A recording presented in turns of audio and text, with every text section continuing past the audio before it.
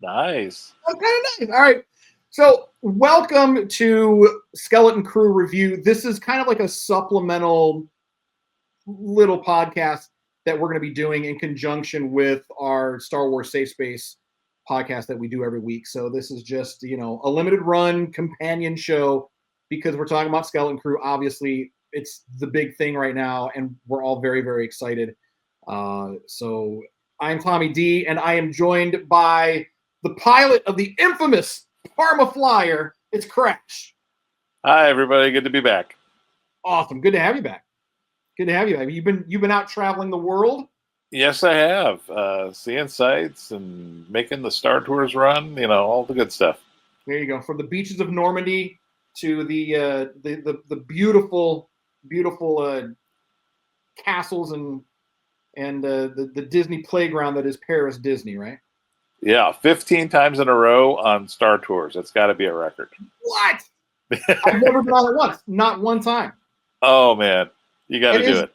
So, all right. So let me ask you this before we dive into Skelton Crew.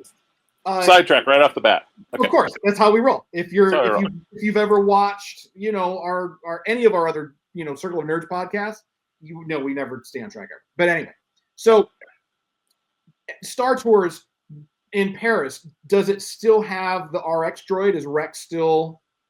It's got C-3PO as the pilot. It's just like the ones in Anaheim and Orlando. Okay. It's interesting because if you ride it enough times, like my sister and I did, everything's in French. But occasionally you'll get the same, the maps and the cutscenes in English. They're very accommodating. There's that reputation about French people being rude.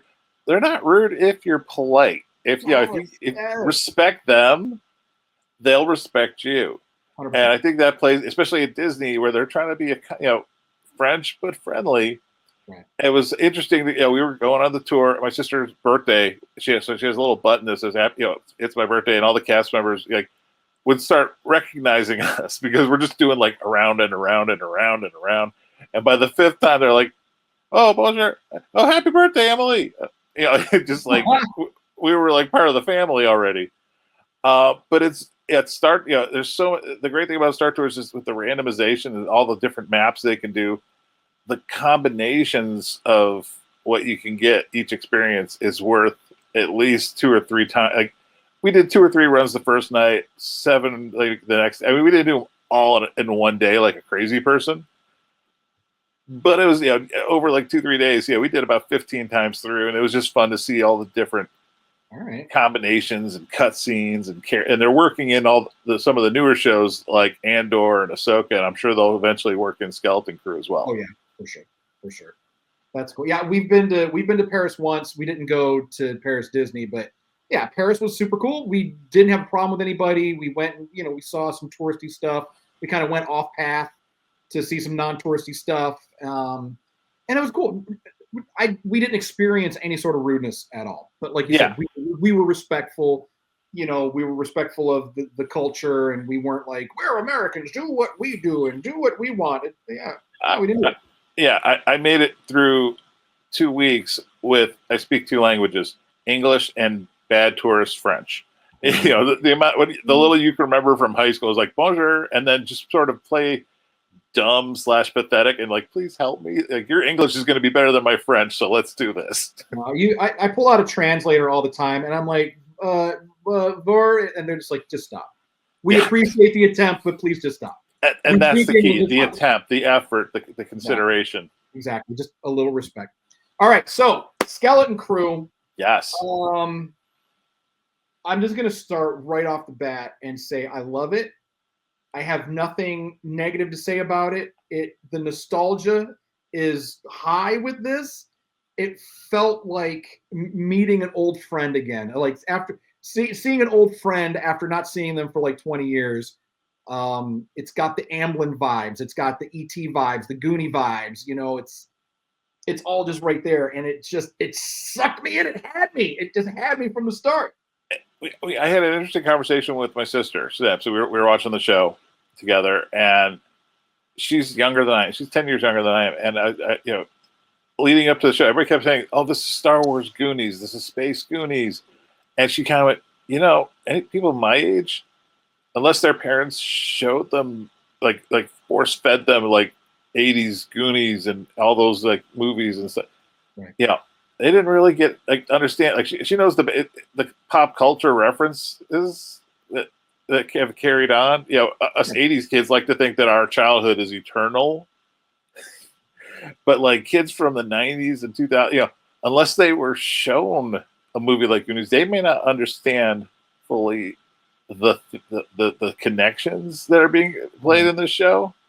Well, and also like if you know, as a kid, and I think this is where because online already there's people that are just like, oh, this is not Star Wars, this is not my Star Wars, blah blah blah. Right. Blah, blah. Right. And they're getting off Twitter was the greatest thing I ever did. Oh, I love it.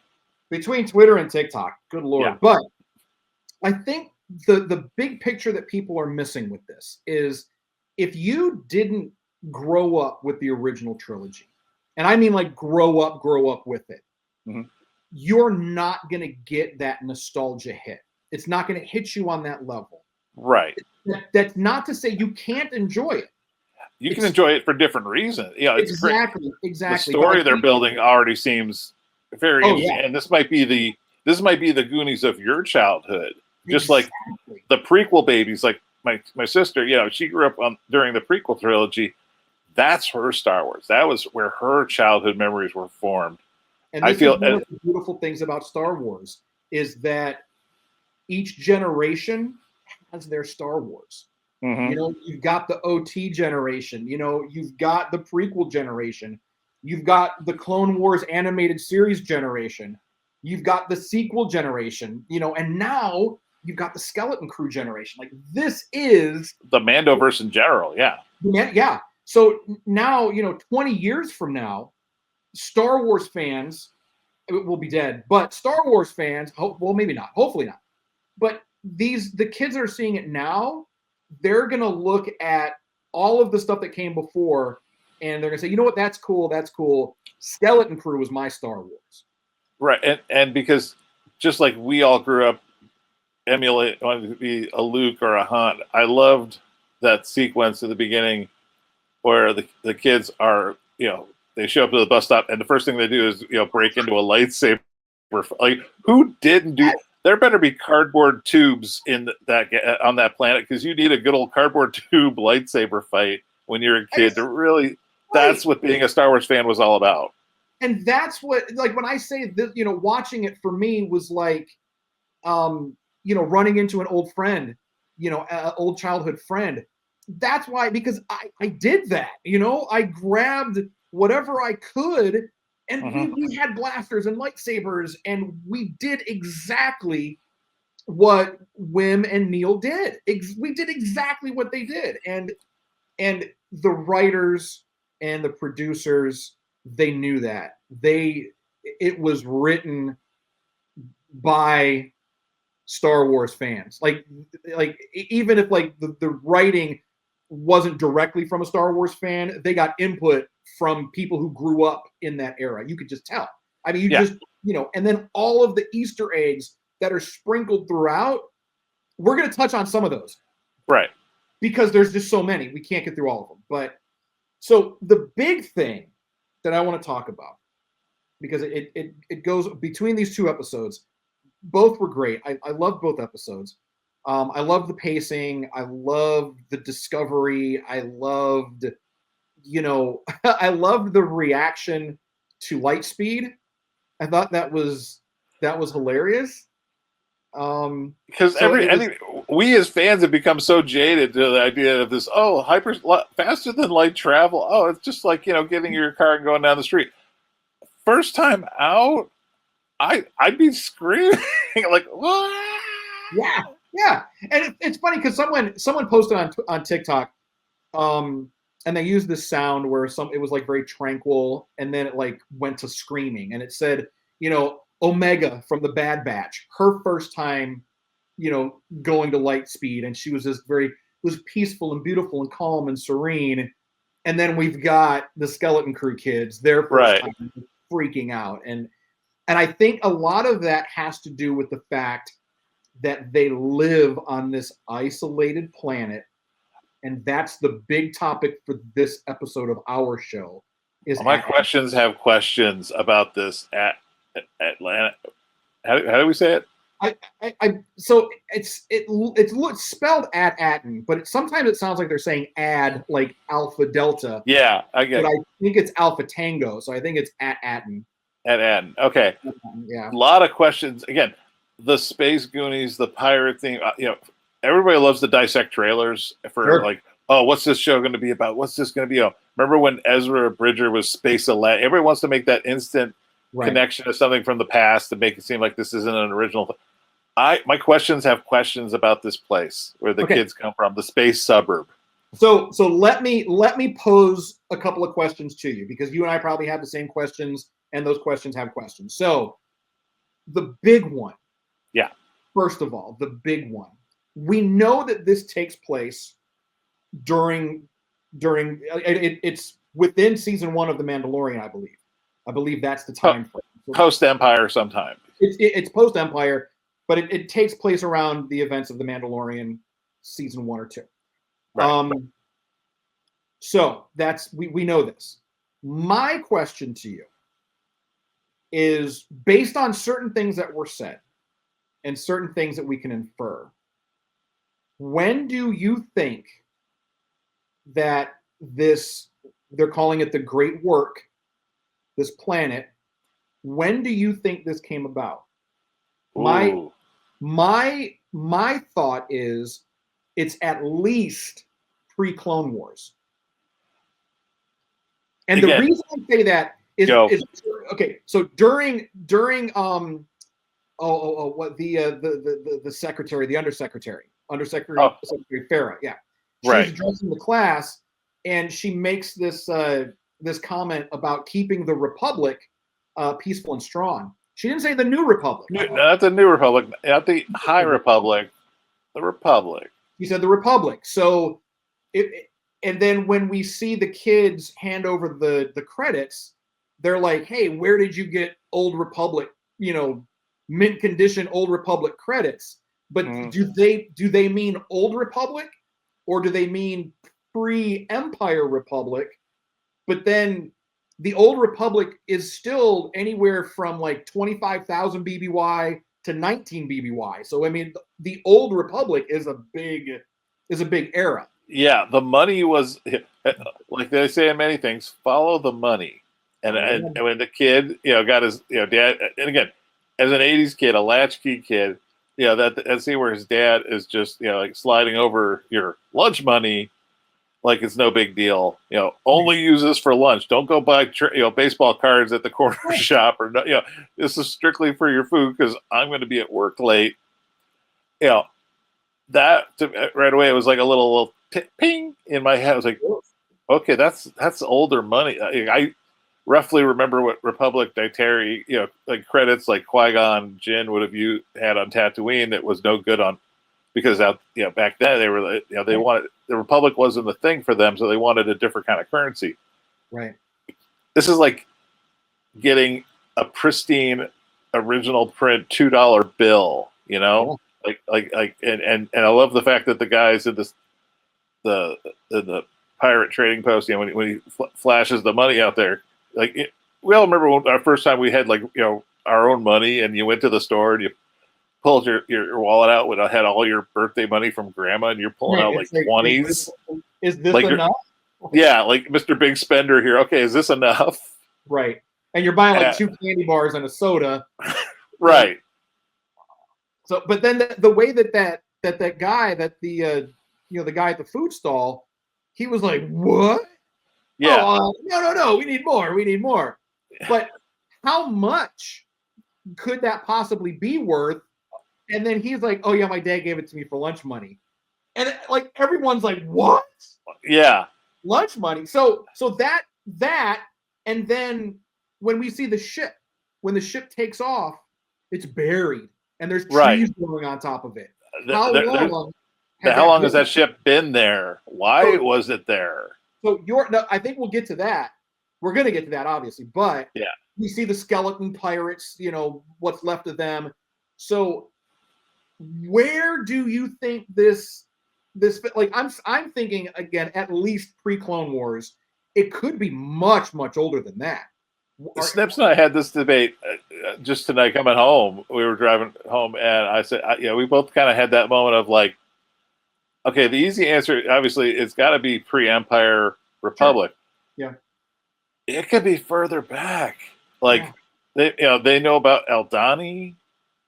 You listen to this and some of the other worlds they were talking about. You're like, okay, so these worlds haven't been plundered by the Empire. This is clearly pre-Empire thinking, and whatever this school has been teaching the generations of kids on this planet is sort of outdated information. Like how when we grew up, we never got in history class past like the Civil War, right? Even though the books may have gotten to World War I or whatever, but we never got that far before the school year ended. And I'm like, I feel like this culture, this society is running on outdated information. So it could be a very, for lack of a better term, a gated community from an earlier time. I would even say, I don't want to say, maybe not where we saw it in the Acolyte, but somewhere between that, like closer to maybe the prequels than the Acolyte. But I have a feeling this is an old society level of learning. Now this is like when on another show, this would be where Kirk and the Enterprise show up, and like these people haven't, the gangster plan, they haven't progressed past the 1930s. These people are still living in the old, the High Republic or the Old Republic. So it could potentially. So Acolyte took place 100 years before the prequels. Yes. Yeah. If I remember the math right, somewhere around there. Yeah, something like that. So you're saying that it may not. So the great work may not predate the Acolyte, but may definitely fall between the Acolyte and the prequels. Yes. You think that's a safe? I don't think they've even known about, because I've heard speculation on other YouTube clips and stuff. People talking about, are these separatists? Well, separatists wouldn't be using Republic Dietaries. No. So it's not a Clone Wars. The easy answer would have could have been like, it's a society that, a neutral society that broke, that shielded itself from the Clone Wars. They'd be using separatist money, right? If they were separatists. I feel like this is talking about the Republic. They wouldn't refer to the Republic at all. So So then I was thinking too, like, what if it's kind of like is it like a kind of a Truman Show experiment? Is it kind of like a Vault-Tec experiment? Is it something, I don't want to say sinister necessarily, but like, is somebody watching this happen? Are they all clones? Is it like a Noah's Ark scenario? These people, like, to escape something catastrophic, they found this place and then shielded themselves off from the rest of the galaxy. Well, you remember in the prequels, they talk about how there hadn't been a war since the formation of the Republic. Right. That doesn't mean there weren't conflicts. There could be people that maybe just, the Truman Show analogy is very good in that it's a bubbled community to maintain a certain aesthetic, a certain nostalgic way things should be. They wanted utopia. They want this utopian society to be just so. Whatever this barrier is about, to have a whole society grow up where, I love the fact that, again, they showed us all this Star Wars suburbia clips in the trailer, and the first episode basically amounted to the aptitude testing. Remember when we were in school and asking a fourth grader, "What do you want to do with the rest of your life?" Yeah. I don't know. I totally understand. But everything that these kids, what kids say, "Oh, I want to be a middle management supervisor. I want to be a data analyst." But it's like that's how they've been raised. That's how they've been indoctrinated. That's the only existence you know of. You don't even see the stars. How many times in Star Wars do we see kids, Luke, even Rey, look up at the stars and think, well, what's out there for me? Well, if you can't see past your own planet, what's there to aspire to? And someone online had mentioned that. They were like, that's so stupid. How do they not know what stars are? It's not that they didn't know what stars were. They had never seen stars. Because as you look up into the night sky, all you see is this array of red dots. You see these red lights in the sky, and they're all perfectly aligned to form this array or this grid. And then that's all they've seen. They've seen those swirling clouds, almost like an aurora borealis sort of effect. And then you see all these little red dots in the sky. Do the kids know what those are? The adults clearly do, but do the kids know what those are? And so my question to you also, what do you think those are? Is it a defense system? Is it a hollow array to make the planet look different? It doesn't seem to be a defense network because it didn't keep the ship in. Right. But it's doing something. What do you think it's doing? I think it's a defense in almost in a masking sort of way. Either from the inside out or the outside in. Like, the galaxy's a big place. We've heard Anakin talking about, I want to be the first one to see them all, and we've seen the star map in that Luke was hiding. That they were trying to find Luke. There's a lot of dots on that map. Not Oh yeah. Very few people have covered every square inch of the galaxy to see every planet on that map. I'm sure there are places that maybe mask their viability, their appearance to maybe an outside scan. Mm-hmm. The reaction of the pirates when the kids told them where they were from. It's a mythological place. It's like four kids showing up at your seedy bar and go, "Oh yeah, hi, I'm from Atlantis. Here, have a gold. Here's a gold bar. Can I buy lunch?" Right. Your head would explode. Yeah, and it's almost like a reverse. I heard a great analogy. It's like a reversal of the Goonies story where the kids are looking for the treasure. The outside world want to find out where the kids are from. Yeah, the kids came from the treasure. The kids came from the treasure, and like that, the pirates that we saw at the beginning, which again we'll get into, Easter eggs and stuff. There was a lot of interesting visual references there, but I loved the Dark Knight moment of the lone Republic credit on the floor is sort of an FU, to anyone who's trying to steal what you thought was on this ship. Here, have $1 and shut up. Right, shut up. So that, I feel like that was probably left behind on purpose. Yeah, like that lone credit. So with At-Atten, they were very careful to not show once the kids get past the barrier. We didn't see them leaving the planet. Normally, we see that in Star Wars. We always see a shot of the ships leaving the planet. Right. We don't see it this time. And then when they asked SM-33 to send us back, any droid would be able to access those coordinates to go back to where they just came from. Yeah. But they're not in his memory banks. He was searching and searching and searching. They've been deleted. You almost wonder if his ship got there by accident, or like the pirates crash. found it. The pirates finally found it, and they killed each other trying to argue about it.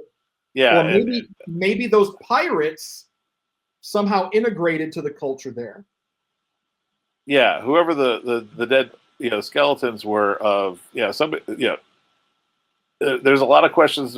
Obviously, it's the first 2 episodes. There's a lot of questions about where that ship came from, who was it intentionally landed, crashed, whatever you want to call it, on the planet, or and then maybe it just sort of got buried over time, like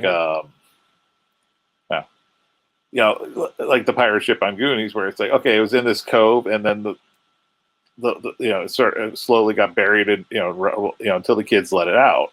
Like that was I'm assuming, in the Goonies, it's a free range, open port when they put the pirate ship in there.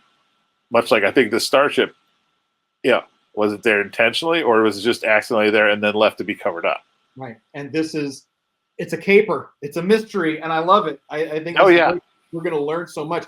It's like you want to say, oh, I know what's going to happen. I already know, and this and that. Like I think we've sussed out who Jod is. I think we first shot Yeah. You know, with that, as soon as he had that Cobra Commander man, as soon as he spoke, my sister and I looked at each other. We're like, "That's Jude Law." Yeah. And it's going to be funny watching how he maintains his persona. This lot, the things he said to the kids, can have a double mean. Can have a double meaning where it's like, there's what I said, and there's what I meant. And we're going to find out how he's going to juggle that with them. Because it's clear he's just going to use them to get to the treasure planet, right? Of eternal treasure. So, again, I'm really curious to find out about what the great work is. I do want to find out if it's like a vault tech sort of thing, where or if it's a Noah's Ark sort of thing, or how it's going to work. But another thing I found really interesting was when they go to Port Borgo, and they're like, "Look, aliens." And my wife and I were talking about this, and it's like, well, they have aliens on their planet. It's like, but do they? Like these, like the Rhodians, and we see what else do we see? There's an Ithorian walking the dog, right? And whatever and Neil is, Neil's species has not been revealed yet. Right. He is not an Ortolan. Right. So he is not. He's not like Max Rebo. That is two completely different species. And at first I was mad about that because one of my few complaints about Disney Star Wars is they have a tendency to shy away from the classic Star Wars creatures, species other than humans, because production designers, I think, like to create their own new makeup or prosthetics, and just saying, give me 20 Rhodians and a couple Mon Cal, especially in the sequel trilogy, they were really they would create all these new species because it looks cool in a concept drawing. When they came out with Neil and the director said that he's not the same species as Max Rebo, I was like, fine. Is this I'm no Star Wars Darwin? Is this like a Vulcans versus Romulans thing where they're maybe a splinter of a species? Is same it system, adjacent? Maybe that's what it is. So they come from the same system, but they have different planets. Maybe they've Star Trek all the time. Yeah, maybe they've evolved differently. Right. So and the more you see Max Rebo in Book of Boba Fett, okay, I get it. The eyes are less expressive than Neil's.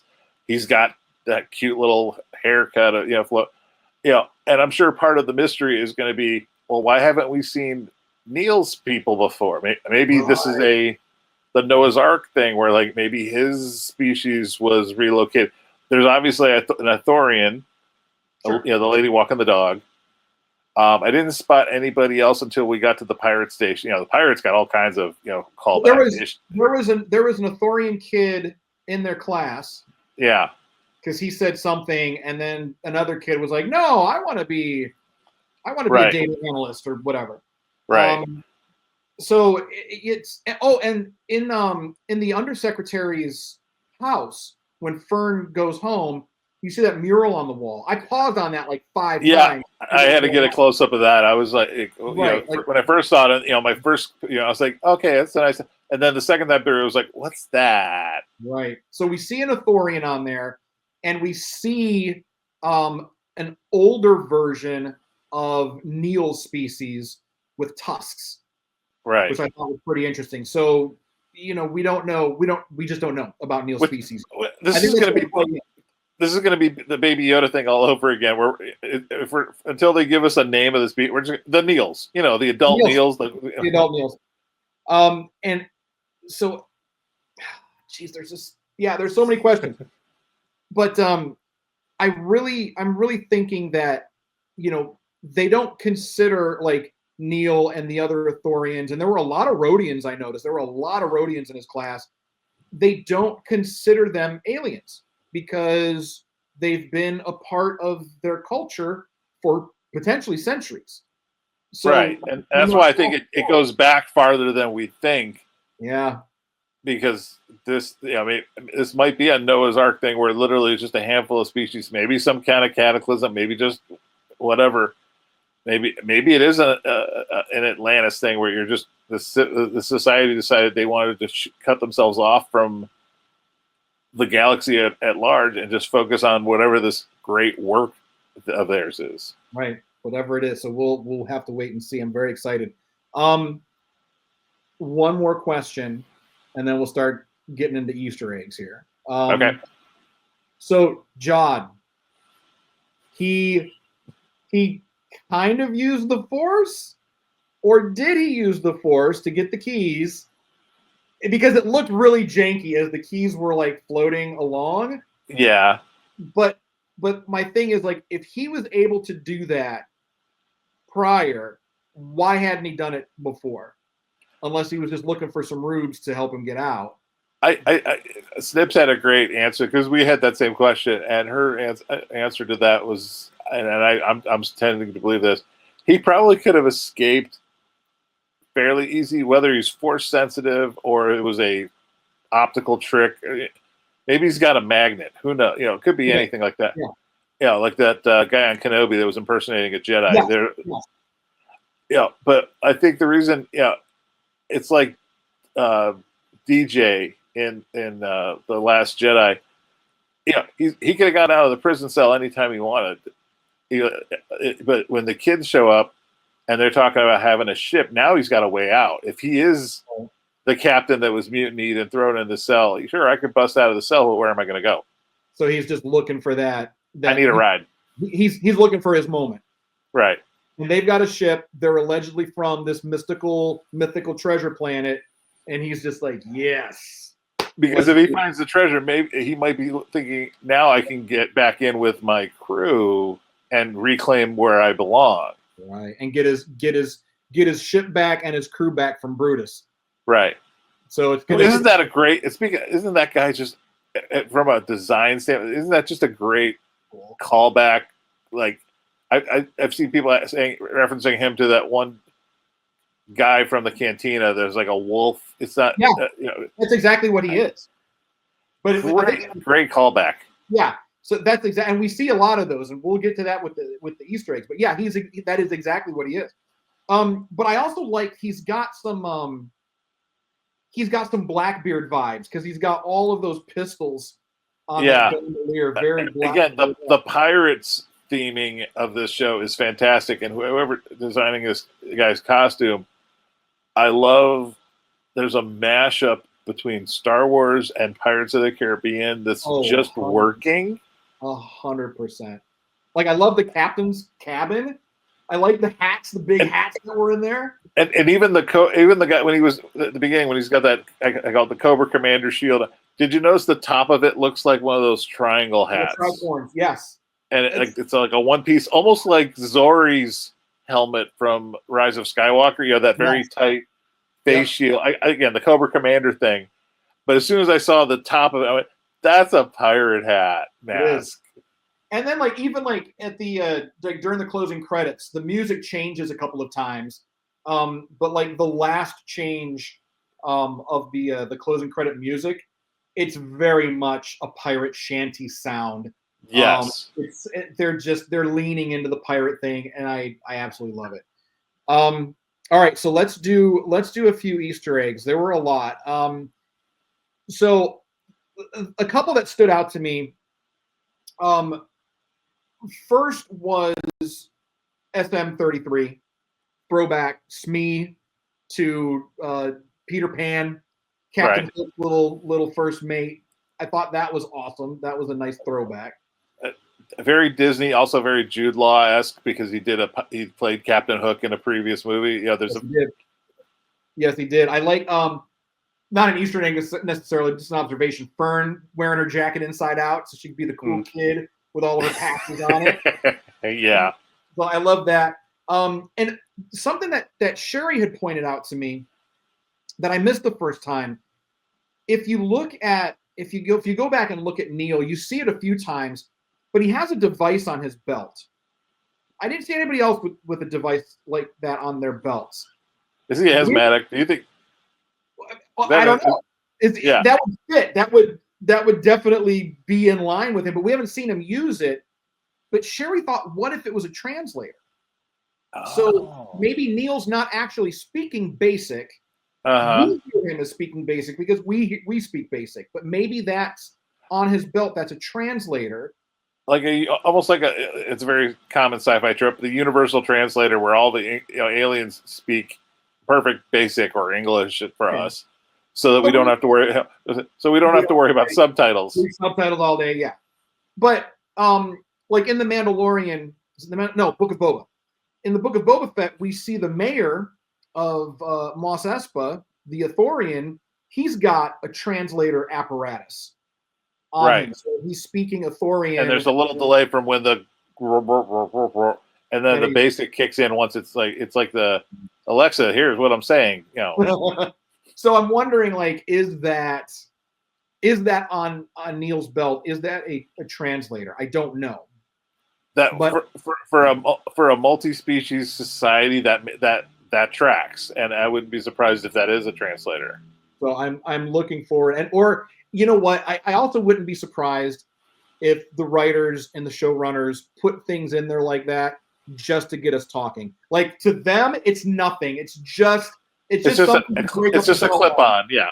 It's just, you know what? They went out, they got a shaver, they put some greeblies on it, stuck it to Neil's belt. It has no use, but we're going to obsess over it. As Star Wars fans, we're going to obsess about this tiny little greebly on his belt. What is it? Does he have galactic asthma? Is it a universal translator? What's on Neil's belt? We must know. So, I don't know. A couple other things that were, again, this is probably nothing. It's just my weird brain. So when they're inside the ship and KB hits that power unit to try to get the ship started again. She hits it in a way that was very similar to the way that Han hits the back panel on the Falcon. So she hit it. The Fonzie punch. Yes, she hits it. It starts up. It dies down. She hits it again, and then it goes. Just like when Han hits the Falcon. Well, yeah, the Fonzie punch. So I thought that was really, really cool. Oh yeah, and a very, again, it's easy. It's an '80s kid. She gives off that the tech kid. Vibe. There's always 100%. There's the archetypes. So we got the cool girl who comes from the higher class family. Like she's kind of hiding her status in this society by playing the bad girl persona when she's out and about. Hangs out with kids who race bikes and all this jazz. Well, and the kid that she was racing bikes with, the name sounded familiar to me. Let me see if I can find it. I thought I had read. Yeah. So the bully's name is Bonj Falfa, right? And it's named after Bob Falfa. It's Harrison Ford's character in American Graffiti. Oh, that's classic. I love it. So that's one of those things. I was like, why does that sound familiar? Another movie where, again, I know of it. I've watched it, but I mean, it's not one of those things it's not one of those movies where even people our age don't religiously, let's go watch American Graffiti out of the blue. Like, you got to be in the mood for it. And there's so many great callbacks and characters from classic pirate, hot rod, teenage, even there were teenage adventure movies before the 1980s, but I mean, way before. And to bring back some of that, like, it's like it's updating. It's taking the themes of those movies and translating it into a new genre like Star Wars to tell the same story. Of course. So, but your kids in their first exploring, their first touch of the wider world. Yeah. And so another one, I know that this one probably jumped out at you, but the Hollow Circus. Oh my God. Yes. Right. And I love how modern Star Wars writers, again, people who grow, a lot of the people have got to realize the people who work on Star Wars now grew up on Star Wars. Like we've been saying, there's so they're going to take even something like the holiday special that George, I'm sure, cringes every time he brings it up to him. But it's still part of the canon. But because we loved, we saw it as kids and you pull from it. I just saw a promo, an old YouTube video for the old Droids cartoon. I can't get that Trouble Again. You know, those song, as goofy as it is, out of my head. Yeah, because so to bring in yeah, and to bring in something like that circus, a holographic circus thing, you know, from a throwaway holiday special that, you know, is a fan favorite, if not a favorite by of the creator. You know, it's not like something they act. Oh, let's put out the Star Wars holiday special on Blu-ray every year. You know, but the fans remember it. The fans can call back to it, and now that the fans are grown up and working in Star Wars, they're bringing some of their childhood memories. They're grabbing from it. They're grabbing from all of it. The Ferryman. He was from the Ewoks. Battle of Endor. He was from he's Teak. Yeah. So again, that's not an alien that we've seen since the Ewoks movies, as far as I can remember. I don't remember seeing. No, I think again it was. Sorry, it was one of those things that they can, you know, fans remember it from their childhood, and I even heard Phil Tippett. They brought him out of retirement just to do the puppeteering, because that was an actual puppet. Yeah. And I'll admit it was kind of like the train conductor on Book of Boba Fett, where, you know, they made a real big deal about it being a practical effect. And it kind of looked like a practical effect, but it was okay. Yeah. Sure, you could have done it in CG. It would have looked more live-like, and it would have. But it's okay to do again. It's like the circus performer. It's like, oh, you know, it's okay to do a little callback to our childhood once in a while, because guess what? Star Wars is for kids. Star Wars is for kids. And I really do honestly think that this show belongs to the kids. We love it. I love it. You love it. We enjoy it because it is that old friend, but it belongs to the kids. I'm not saying that it was specifically made just for children. Clearly it wasn't. Otherwise it wouldn't have all these Easter eggs. Right. All these nods. The writers threw things in for us to enjoy with this, alongside this next generation. So we can enjoy it together. And that's why this isn't, for me anyway, one of my favorite Star Wars properties, and we're 2 episodes in. Right. And there's so much in the generation. Yeah, and there's so much, I would say, room to explore this part of. It's not tied into the Skywalker saga. We're not going to see a baby Rey walking around. You know, again, fans like this. You know, we like to upset. You know, who could make a cameo? I hope there aren't any real cameo. I have a couple in my mind that could show up, and I'm like, it would work, and I could see where it could sort of tie in the whole Mandoverse time era together. So Vane shows up. Yeah. So we see him, and I honestly, I'm fine with that, because that's a good tie into the Mandoverse. Yeah, because he was such a throwaway character on Mandoverse. In the pirate storyline. Yeah. That I kind of like the fact that we're going to see maybe more of where he belongs. This is his part of the galaxy. He likes to slither around it. You know, every once in a while you need a nice little sleazy little bad guy in a story. And he's almost likable. Almost. He's not as likable as Hondo. I kind of want Hondo to show up. I'm with you. I'm kind of, again, there's ones like I could fit him in. I could, you know, I saw those X-wings in one of the trailers, and I'm like, oh, are we gonna get a Paul Carson sighting? Are we? Probably. So what are some? There's more. There's so many more. We could do a whole show just on Easter eggs. Right. What are some that jumped out to you that you saw? There was one, I didn't catch it right away because it was so faint. And, you know, I'm in a big room watching it on TV. When I put the headphones on, I kind of listen. In the prison cells, when the kids first show up, you hear this whistling. Oh, like in Pirates of the Caribbean. And I watched another video talk about it. They were saying you could hear it up close. They zeroed in on it. It's the whistling from the Pirates of the Caribbean ride. Yeah. There's all sorts of little things like that where, like, you know, callbacks to a non-Star Wars attraction, but it's part of the family. It's Disney. And I love that we're starting. This show can mesh those two things together, and it's not weird. And it's not overt. You know, it's not in your face. It's so subtle. And I missed it the first time. I missed the whistling the first time, but when I went back and I watched, I heard it again. When the ship starts up for the first time, you hear the old school dial-up modem sound as the ship is booting up. You hear that old like AOL dial-up, you know, modem internet sound effect. It was so cool. So somebody else picked up Darth Vader's targeting computer from the TIE Fighter chase.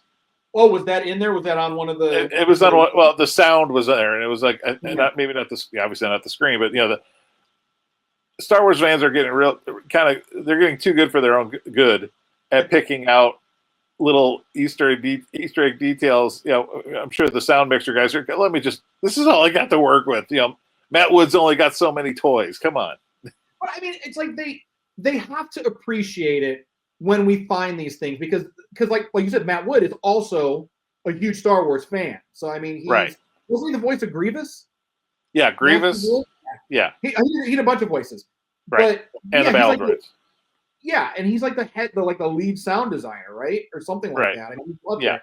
So I feel like they do put stuff like that in there on purpose for us to find, and when we do find them, that's got to be fun for them, you know. Oh yeah, and little things like Millennium Falcon alone, even watching Solo, there were so many, and it was obviously the same ship, but there's just certain sounds that are synonymous with the Falcon and Star Wars tech. You know I could try to imitate it, but it would sound terrible. But there's just like the engine failing. Yeah, you're like, there's certain sounds that because when you hear them on other shows, I love Toy Story 2. I think when Buzz Lightyear's watching the video game, and he waves his hand through the hologram of the battery, and it makes the lightsaber whoosh.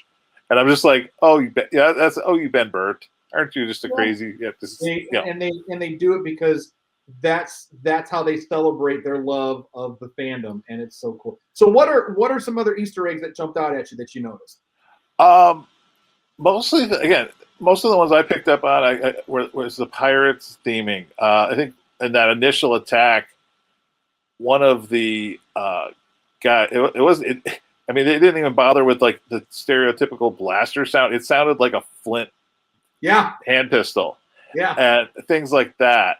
Or during the attack, the repellers, I didn't get a good look at them, but the spacesuits they were wearing, I swear, look like the ones that you see Obi-Wan and Ezra Bridger wearing. The very generic open space dome helmet kind of.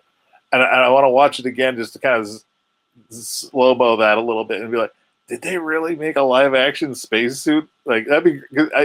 I love that we're starting to get between the animated world and the real world stuff, a sharing of designs and concept. Filoni and Favreau are both involved in this, so of course Dave is going to pull stuff from the Clone Wars, and he can't not bring stuff over from the Clone Wars. Like, we're gonna get it. Like, I would not be surprised if we saw. I mean, to be honest, I wouldn't be surprised if we saw Rex kicking around, but he's probably dead at this point.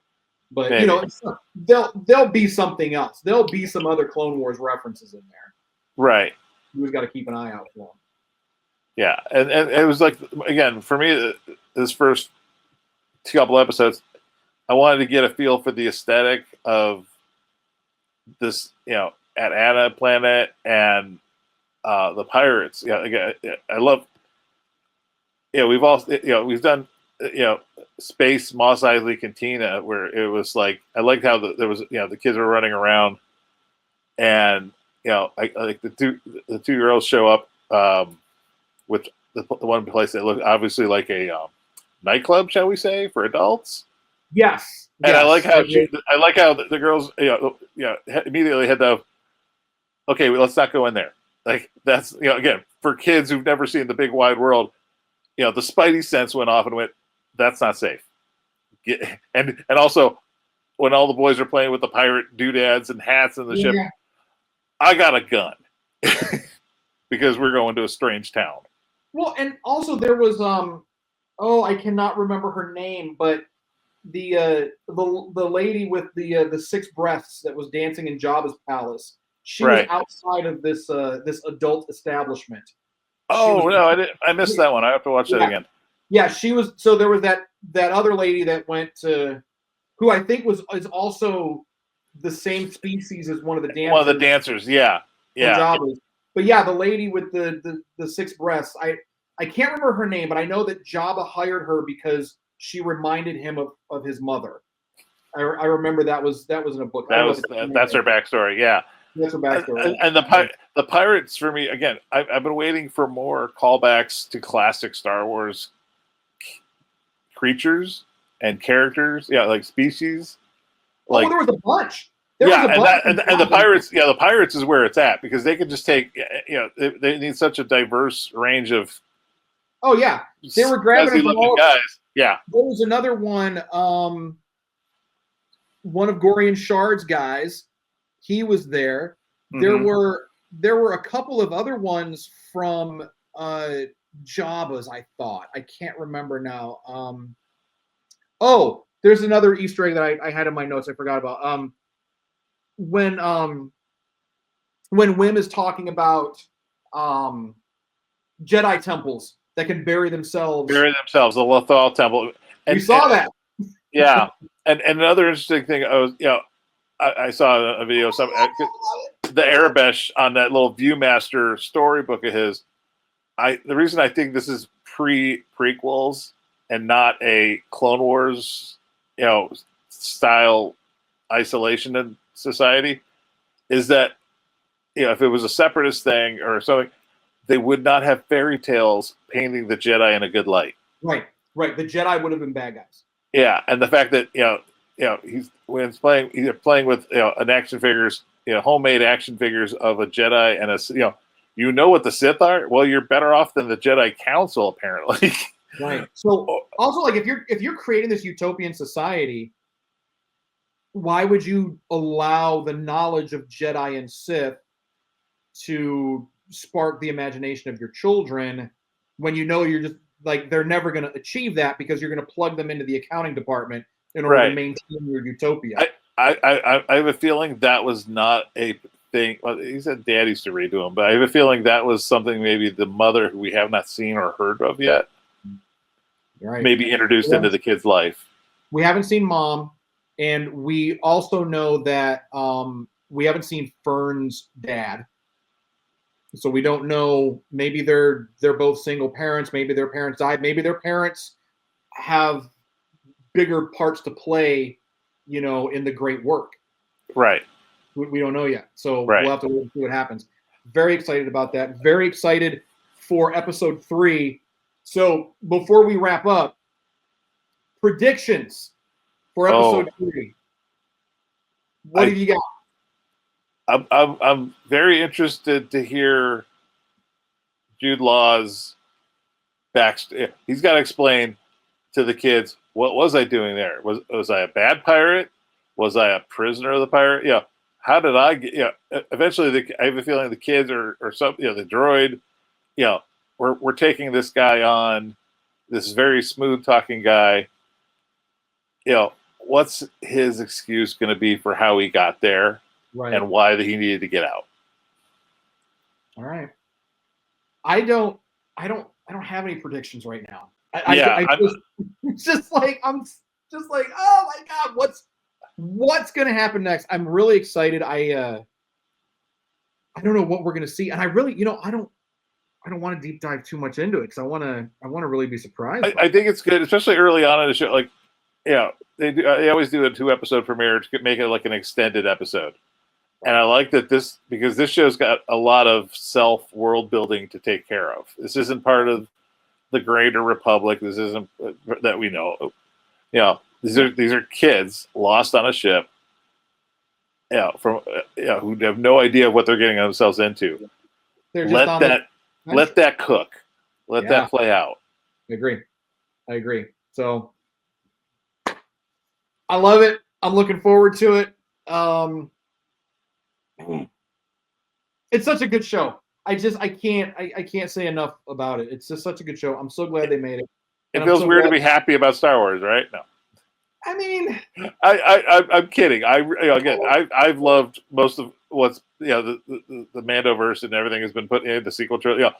I love new Star Wars. I actually love new Star Wars more, I think, than I remember. Because classic Star Wars, OT Star Wars, is always on TV. It's been part of my life for 40 years. This is exciting because this is new. I want to know what these kids are about. I want to know what the pirates are after. I want to, there's so many things I want to know that I don't have already ingrained in my head, and self-canon, tell me more.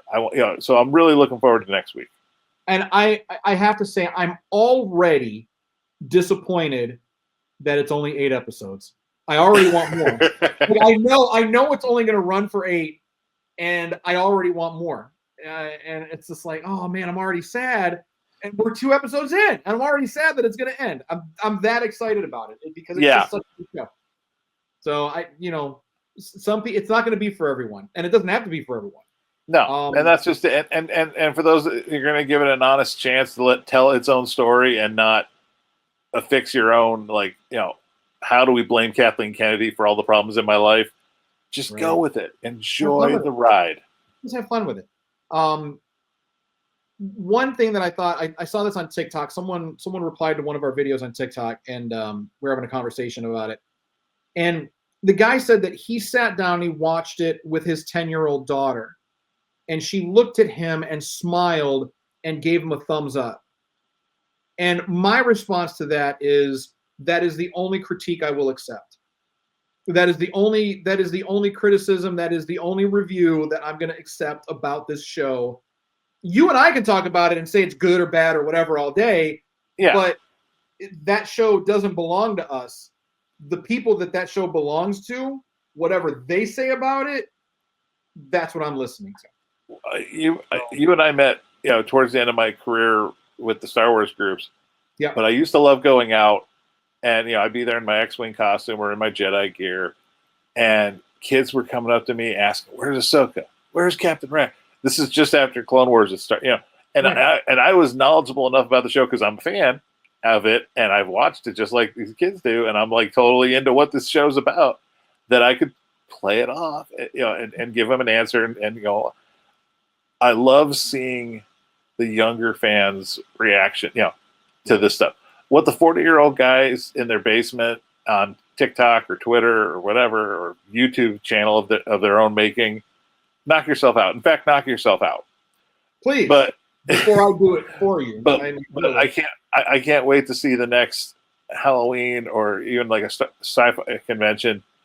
People bringing their kids dressed up like these kids. You'll start seeing Neil costume and something they can relate to at their age level. Yes, young girls are going to be dressing up like Fern and KB. Right. I mean, it's going to happen. Young people of color are going to be dressing up like Wim. That is a good thing. That is a good thing for Star Wars. That is a good thing in general. Yeah. It is a good thing in general because now these children have characters that look like them. They have characters they can relate to. And now, George always said that Star Wars was for kids. George has always said that. He has always been willing to die on that hill. George created Star Wars for children, for that 12 and under set. That's what Star Wars is for, because when he was that age, those were the kinds of serials he was seeing, when he went to the movies. He was looking at Flash Gordon, he was looking at the samurai movies as in that age, and it sparked something in him to create this wonderful, beautiful, amazing galaxy that we all get to play in now. And now I'm getting goosebumps, man. And now kids that were his age then are getting to experience this galaxy far, far away. I'm actually getting choked up. I'm getting goosebumps. I'm about to start crying on my fucking show. All right, so now wrapping it up. It's a good show. This was fun. It was great fun. Crash, thank you for joining us. You going to come back on next week? So we're going to come back next Absolutely. week. I'll see you next week, and I'll be watching the show a couple times before we come on. I'm eating this up. I love what's going on right now. Well, when we're done recording this episode, I'm going to rewatch the last 2 episodes. I'm going to watch episode 1 and 2 again because it is now 2 episodes in, it is. I'm gonna say it is my favorite Star Wars property. I will say, wow, I do like, there's this thing. I'll try to be real quick.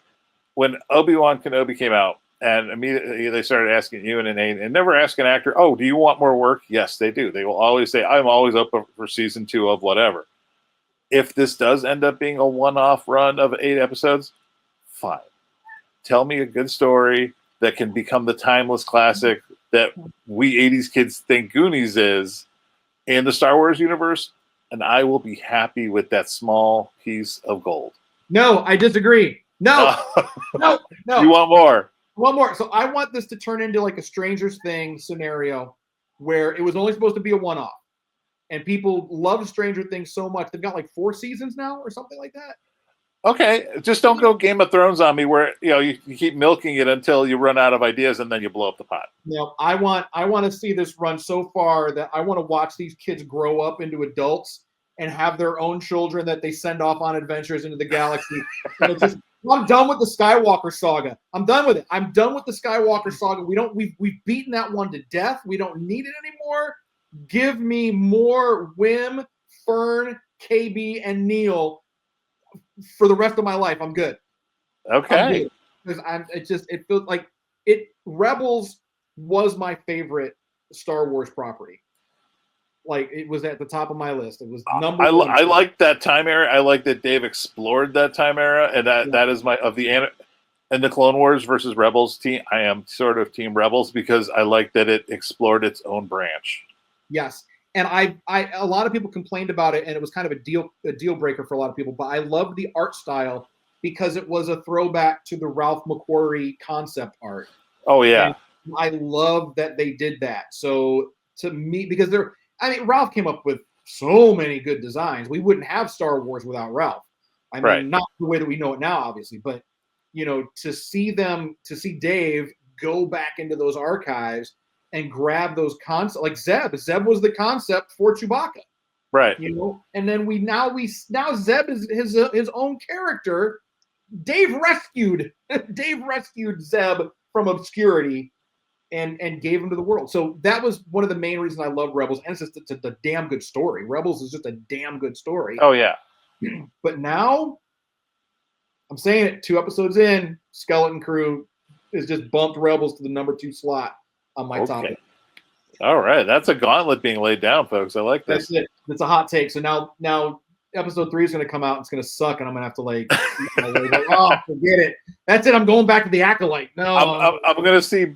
I'm actually looking forward. I'm going to Steel City Con this weekend. I'm looking forward to seeing Bryce Dallas Howard, and I know that she won't say anything because good people don't give away stuff at their panels, but I want to hear what she does say about the show. And if I get a chance, if I get to talk to her, I want to ask her just like, okay, what can you tell me, and how much fun was it to work on? Right. And so far, it's a hit. So far across the board, it's a hit. There's even the one guy, we don't like to talk about him, but the one guy who makes a lot of Star Wars theories. Mm-hmm. You know what I'm talking about. That guy. Yeah. He likes it. Like I saw a tweet that he made. I haven't delved too much into what he says because I don't really I'll see it stuff pop up on my feed. I don't follow him, but he said that he was able to relate to it and it took him back to his childhood. So I don't know. So if that guy is giving it high praise, then okay. All right. So all right. So Crash, again, thank you, sir, so much for joining us on our Skelton Crew review. And we'll see you next time. Hey, for the new season of Star Wars Safespace, you going to join us? Absolutely. Yeah. You can. As soon as you're ready to roll, let me know. All right. So probably in a few weeks, we'll be ready to roll on it. All right.